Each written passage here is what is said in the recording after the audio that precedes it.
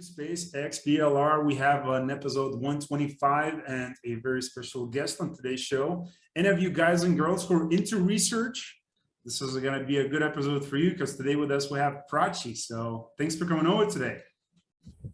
Thank you. Thanks for having me.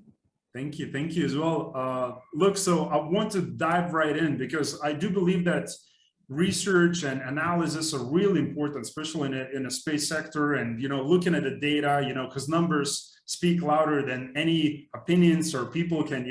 So I always look at the data and track like what's happening through that, not through the opinions, obviously. So can you talk about maybe your personal journey before we're going to dive into the numbers? Like, how have you picked this kind of research analyst background in the first place, and how did you ended up working as at the Frost Sullivan currently? Okay, so I think like as a research analyst, you get the experience of looking at the markets and tracking them very closer, looking at the market trends, understanding what the gaps are, where the opportunities are. And I have been personally interested in the this thing always, like looking at the gaps where the opportunity is, tracking that and what is happening. And given the pace of the industry right now, it's kind of interesting to continuously follow what's happening. Like initially, like the transition that has currently happened within like a shorter period of time, we can see that the space industry has become much more dynamic now. So yeah, that kind of interested me, and that's how I started. Okay, got you. So when we speak about the gaps, like what are we talking about? Maybe you can explain this a little bit better. Like what does it mean, filling the gaps in? Okay, so usually, like if you're looking at, for example, if you're taking, initially we didn't have any players for satellite-based IoT, the narrow band, this one. So if you're looking at that time at the markets, and now if we look at what they can offer at a much lower cost, right? So that is where the new opportunity has come in. So just tracking these changes in the market. That's what I mean. Okay, got you. So like, what would you recommend for somebody who is maybe looking to take same road as you? They want to do kind of research analysis. Like, what do you recommend if they want to hire, if they want to get hired for the company, just like, you did, like, what would you recommend? Like, what do you need? Any specific personal traits that you need to work for a company? Any degrees? Like, how does somebody become a research analyst? Like, what do you need? Okay, so I think like relevance to the industry is important. That yeah, like for me, I have done my bachelor's in aeronautical and I have done my master's in space studies, so from International Space University. So that International Space University kind of gave me that exposure of looking at space industry from a whole different new angle for me. Like initially before going to ISU, my thinking was space is more just technology based and then not market, like especially from market perspective or legal aspects, the governance that's involved in all these angles, like to space industry was something I was not like very familiar with initially on my personal from my personal experience. So that kind of expanded my views. So I think looking at the industry from a much broader perspective and looking at what the regulation, how the regulations impact, what the regional demand is going to look like, what is the current technological developments that are happening, what will be the impact for that particular market, the logistical aspect, if you're looking at it, is it this one? What are the current average pricing that's in the market? These are the general things that we have to know to size the markets, and obviously like including all other factors. So anybody to me who can think in this aspect, like these are the key traits you should be able to analyze and look at the market and say, like, this is the ongoing trend. These are the factors that are impacting the market, and this is what it means. And based on what is happening now, you should be able to speak about what will happen in next few years. So Perfect. By the way, in terms of this one. Yes, so that's a really good advice. So thank you again for sharing that. By the way, not long ago, I was talking with Chris Welch. We probably know him from ICU, Dr. Yeah, Chris Welch. So how is your personal just like how's the feeling like, and how is it different from, you know, because ICU is, you know, International Space University. So how is that different from any other university, you know? Anything to compare to, and like what would you recommend for somebody, like who's that university is good for?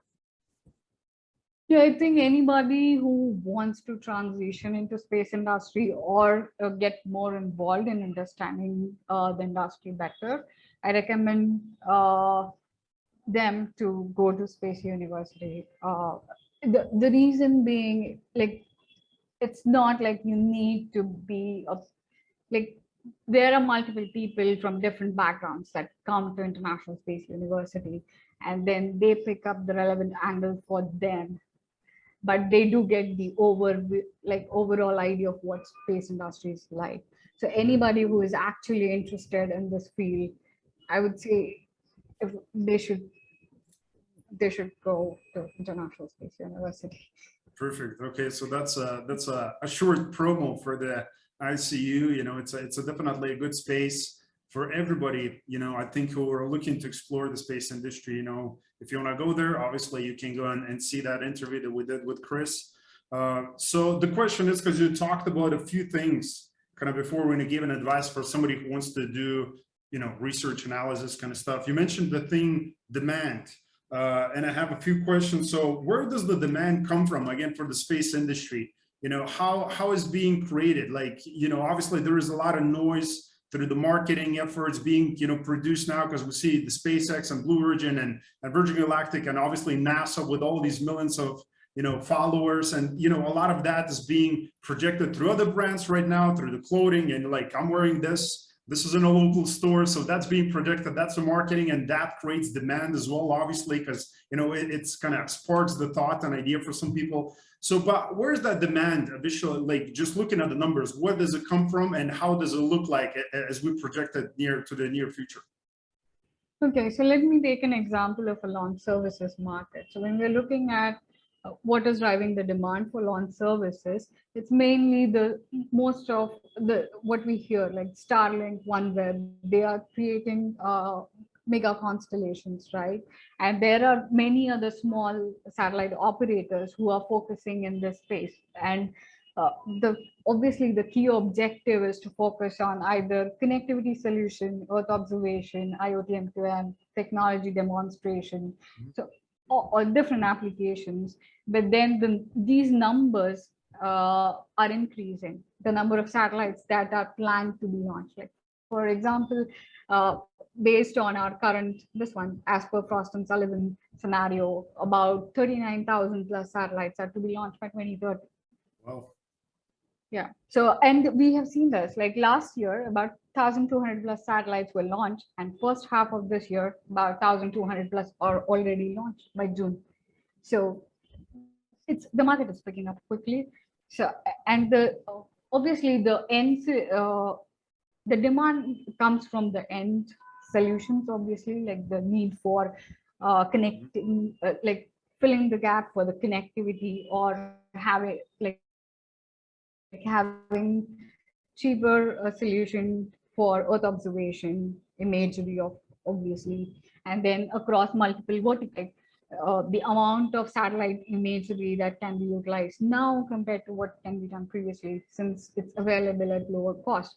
So the new applications, and so with this increase in integration with downstream, obviously the need for having the satellites is increasing. So I think the actual demand is still from the applications, but for launch services, the demand is from the satellite operators who have these planned constellations. Mm-hmm. So and we obviously, so that demand obviously impacts the price, right? The average price of the products and services and things like that. So like, who are dictating these prices? You mentioned, you know, like obviously the Starlink with all these thousands of satellites. So we're speaking about satellite industry only, but how the prices are getting dictated. Obviously, we have other components of the marketplace, just like COVID, which, you know, it created a lot of, you know, fluctuations in different parts when it comes to logistics and all these different things. So that obviously impacts prices too. But how does that overall, from a demand perspective, how does that fluctuate in the price for the future kind of perspective? Okay, so the like initially, if you look at the launch services market, and average pricing would be around 25K per kg. If you have to launch 1 kg of mass and into orbit, then it would cost around 25K. But then now, if you're looking at what prices SpaceX is offering for up to 200 kg satellite, somewhere around 5,000 K, right, per kg, and this one. So I think it's mostly the prices are dependent on the launch cost and the operational costs involved, like overall those. And with the current disruptions in technology, it's possible that we can reduce these prices. So, yeah. Okay. So it seems very promising, obviously, for a lot of startups and, you know, smaller companies with a lesser budgets, because of the big players in the industry, just like SpaceX. Like, you can create a satellite mission or a product or a service, you know, on a really kind of cheap price, right? I mean, you know, even like high school students or university students are launching satellites, and that's been going for years now. But, you know, the access to the market becomes, you know, so much cheaper, obviously, because of those companies, which is great, because that means we're, you know, there's more room for innovation and technology development, because there's more players in the industry, and that creates competition, which, you know, eventually, like, everybody's want to compete who's going to be the best, and that's where the technology development comes in, which is good. So you mentioned about regulations. So, like, who dictates the regulations, and how does that play in this kind of ecosystem in the space industry? Okay, so regulations are at two levels. One is for space industry, one are the international treaties, and it depends on who has ratified the treaty and this one. But the second level, it's mostly national. So, for example, in India, like we had no clear regulations if I could launch a satellite or not. And most of the activities initially were done just by ISRO, and they were the key player in the market. And so they were the enabler of the entire space ecosystem in India.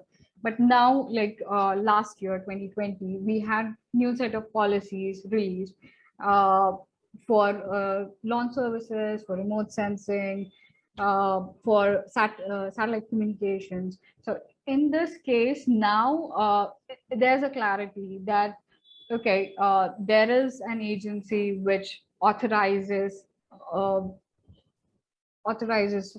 particular entity to launch the satellites.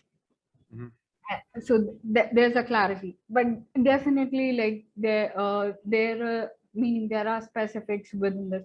For example, if you're looking at the remote sensing policy, initially we didn't have any open access to the data from ISRO, but now we do have open access for I think greater than 10-meter resolution. We have free access to the imagery. This is as per draft policy. So once the policy is in place, in that case, so the access to the imagery will become much easier. Similarly, like the monitoring of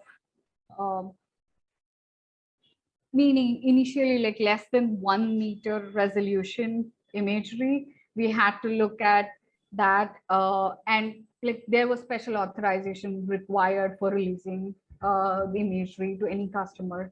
So now that even that is reduced to 0.5 meters. So yeah, so that increases, meaning it simplifies the process at the service providers end. Yeah, so overall, like, I think like having the regulatory base where the other aspect is ISRO is working more as an enabler now. So anybody can access their manufacturing facilities based upon their availability, of course, for testing facilities. So that simplifies the process for new space participants because then they don't have to start from scratch. So they have facilities that they can access. So that makes it much easier to enter the market now. And so I think regulations play a very key role in determining how the market will grow. Yes. Well, in the case of ISRO, obviously having these type of regulations and given access to the facilities or the testing site, like for the new kind of fresh startup companies, is great, because obviously India, they understand that they have the brain power and the capacity to do great things, which obviously there is a lot of great talent in India to accomplish great things, and that's been done before. Looking kind of on international level, as you mentioned, like we have these, huge numbers in the satellites that are being launched, and we're talking about tens of thousands like per year, right? And probably the number will increase with all these brand new fresh companies that you're trying to kind of follow the footprints of the SpaceX and other companies, right, to create these services. Would you believe, and just maybe looking at the data and kind of projected, seeing how things will kind of eventually unfold for the future, are we going to expect more regulations that will kind of stop and put some more pressure into startup companies, so it will be too difficult for them to launch? Or are we expecting those regulations kind of to go down, and it will be like a little bit more room kind of to breathe for everybody? So I think there is some sort of simplifications in terms of being able to launch the satellites, especially the small satellite segment that's happened. But then if in long term, if these number of satellites are actually launched, I do see that from terms of the sustainability standpoint, there is a possibility that there would be regulations in place. But yeah, like I'm not sure of the nature of it, but I think there is a possibility that will factor in long term. Yes.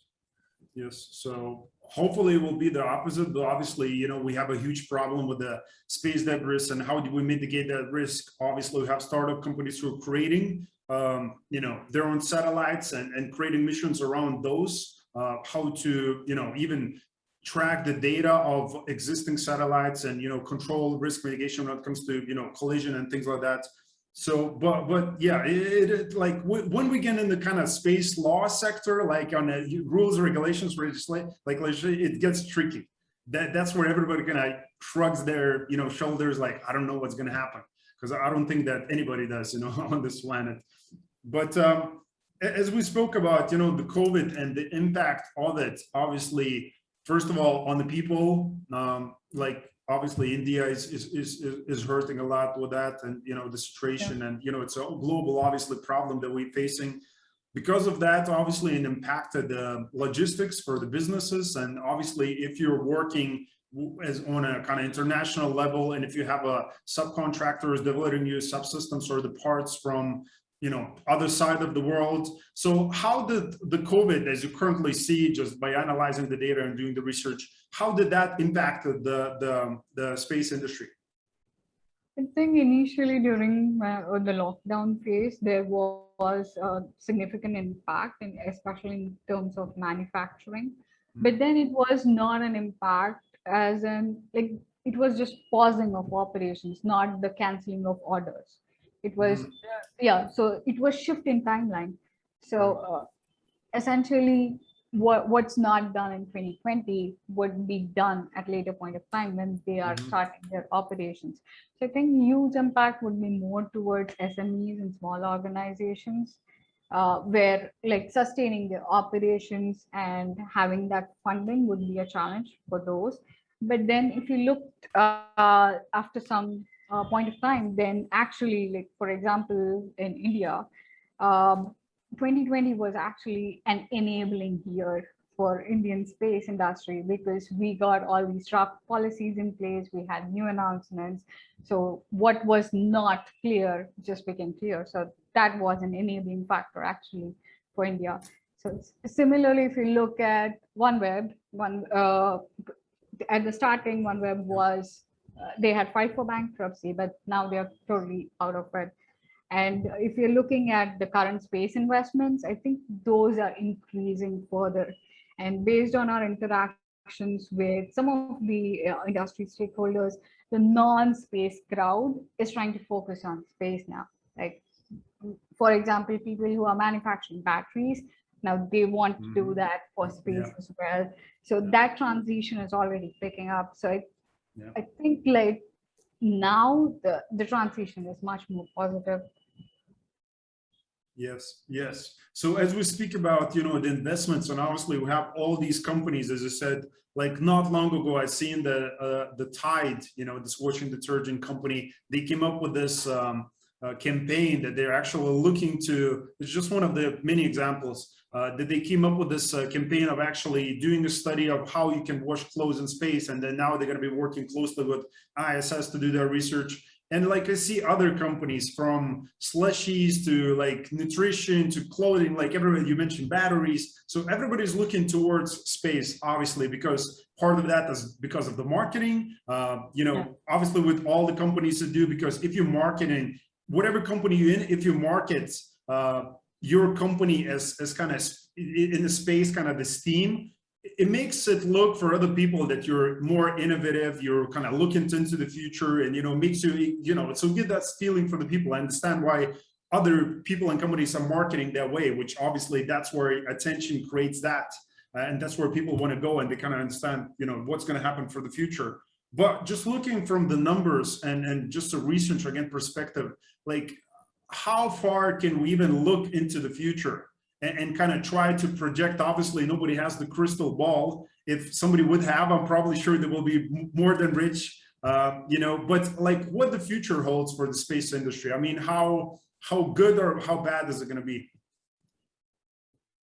Well, in terms of small satellites and services, definitely the opportunity is increasing. We can see that. So it's much more of a positive trend. And similarly, if you're looking at the downstream, especially in terms of connectivity and Earth observation, so the more verticals that these applications interact with, their adoption, I see that their adoption is going to increase much further. So overall trend, I see it to be positive for the industry as a whole. Okay, perfect. And another thing, obviously, because you're working around now with the Frost and Sullivan that we see in the background, and as we spoke prior to the interview, you have actually, you're working on a product right now. So can you talk about that a little bit for the people and what type of benefits people can get from it? Sure. So currently I lead the development for innovation generator for space.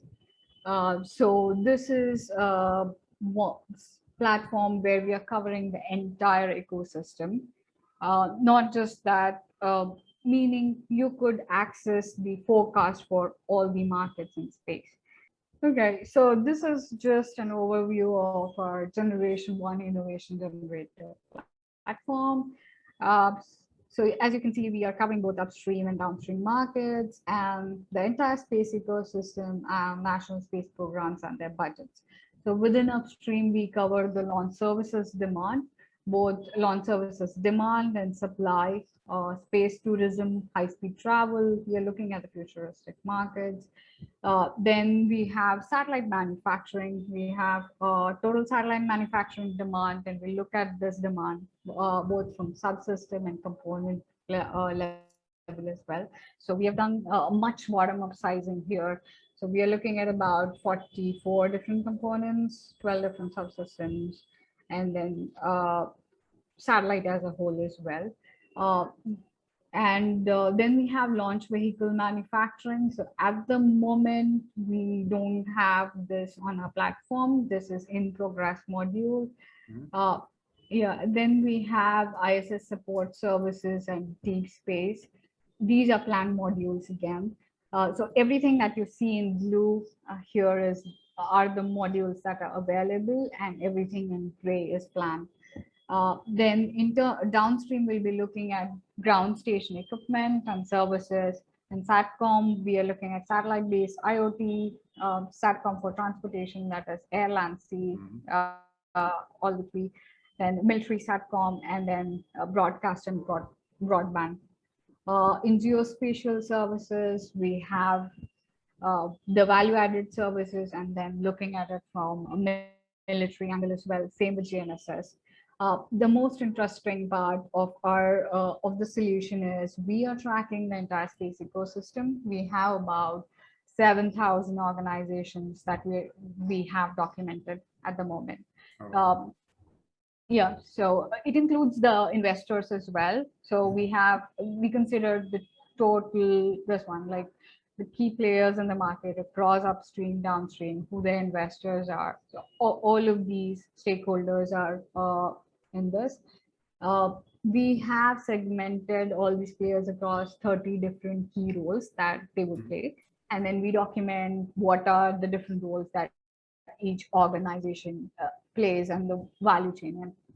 And then we have documented the strategic relationships, that is in terms of investors, mergers, acquisitions, their subsidiaries, the companies. And then we have some key indicators related to each of these organizations, basic revenue, employee count, waste capital, etc. Yeah, the supplier and customer list across the value chain. This is going to be an interesting thing for our customers. So essentially, this is a planned, probably in version 3 of our solution, where we'll have the suppliers and customers list. So you could go mention what your current role is, and you would get a list of companies that you can target. Oh wow! So and that's again, that's going to be on a global scale, or can you pick on your market that you're based at? So yeah, you get to filter the data by country, by region, or if you want global, then global. That's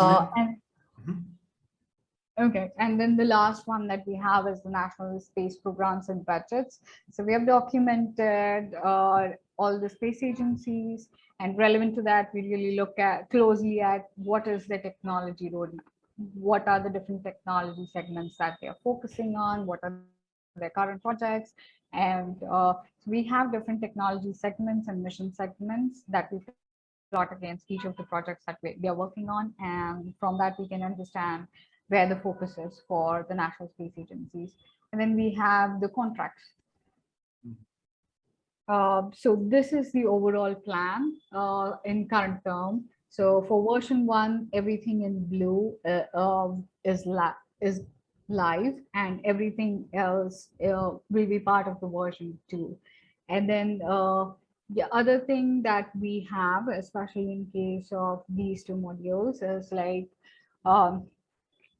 you can actually, like, if you're taking if you have a particular forecast, and we do have our standard assumptions, but if you do not agree with our assumptions, you have the ability to change these assumptions, and you can see at what the market size is going to be.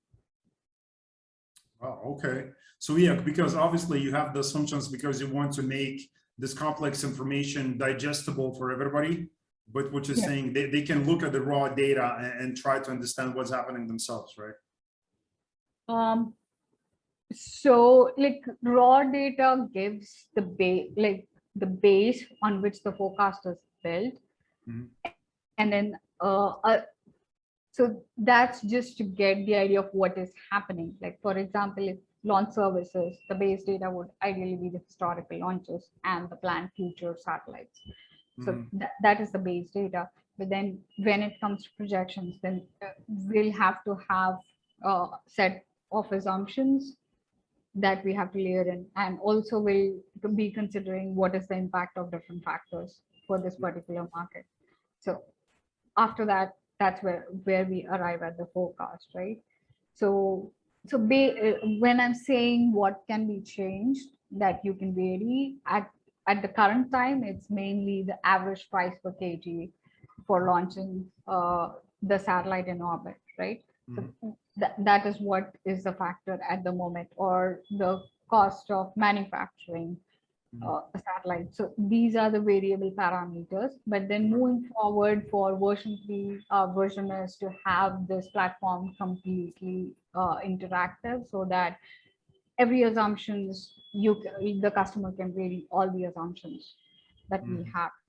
Once we have the version 2 out, it's pretty much for anybody who is in the industry and who wants to understand what their market opportunity is like. So, or they have particular questions like what the supply chain looks like, who can be their suppliers, who can be the customers. So we have that this one, and overall, like what the market size will look like. This platform even is good for investors who really want to understand which like what within space, like should they be investing in launch or the satellite manufacturing, like how should they prioritize their investments, so and what the opportunity looks like. So if they have to understand the trends, then this platform is for them. Yeah, which is really great, because obviously we're looking at a lot of data. As you mentioned, was it 7,000 companies plus investors, right? So that means like you're looking at all the data. Obviously, at the end of the day, like if you're a satellite developer and if you're looking at the supplier for, off-the-shelf components, at the end of the day, you will be the one who will make a decision, and you will have to vet the company and the product. So that's completely up to the person, right? Because you cannot make that decision for the company based on their own criteria that they have. That's just too complex. It's a personal thing. But just looking at this number of data, and I think having everything, all these different components in one place, it is really great and can give some really thoughtful, like really good guidance and just the way people do business. And so how often is that being updated? Like on a version 1 and 2, obviously it's going to be more in depth, but because obviously we have all these brand new companies that's supplying parts or creating services. So how often does the system, is that going to be getting updates like live once you're going to have the system, or you have to buy an additional platform to get like updated companies list and all that? Okay, so at the moment our cadence is like every quarter, but this is going to increase to monthly. And yeah, in long term, our objective is to have the live updates, but at the moment, that's not the case. Yeah. So and what is so going like to the simple, like how much does it cost? How people can pay for the service, and how does it look like? Okay, so I would rather not talk about the pricing at the moment. Okay. So this is not the time, guys. But look, you're definitely gonna have a Prachi contact, so you can ask her privately. You can definitely reach out to us for demos. So we do demos. So you can have a look at what the platform is, how the solution looks like. And we are planning for a trial access as well, so that you can interact with the platform, you can familiarize yourself. And then the other thing is we can build custom dashboards. Like if you have the data for you have a specific questions, we can do custom dashboards to answer those questions if we are having the data. And if we are missing the data, then it will be added to our pipeline where that data will get updated. Yes, so you can even make it custom and based again on what the company does, so we can kind of see a little bit different dashboard for somebody else, right? Yeah. So that is amazing. So obviously no prices for today, but look, I definitely encourage for you guys and girls, everybody who's in the space industry, get in contact with Prachi. Obviously you're going to have her own personal social media up there. I think I have a few links there as well, so Twitter and LinkedIn. And obviously you're going to find a company's website. That's going to be there probably as well. But I do recommend to get in contact with her and obviously talk about the services, because I do believe like what you're working on, this is really necessary. I do understand like how companies operate. And as we talked before, it's always the data. Like you need to take a look at the data, and obviously you're trying to project that into the future. So that gives an advantage as we speak about competition. That gives advantage to some of the companies to actually see how they how they can potentially make better decisions so they can position themselves as the leaders and make those better decisions for the future. So it's a great service. So I love it. I need to give a test run for myself. Yeah, I would just like to add something there. So Sure. it's the data plus the analysis of what the data means that adds more value.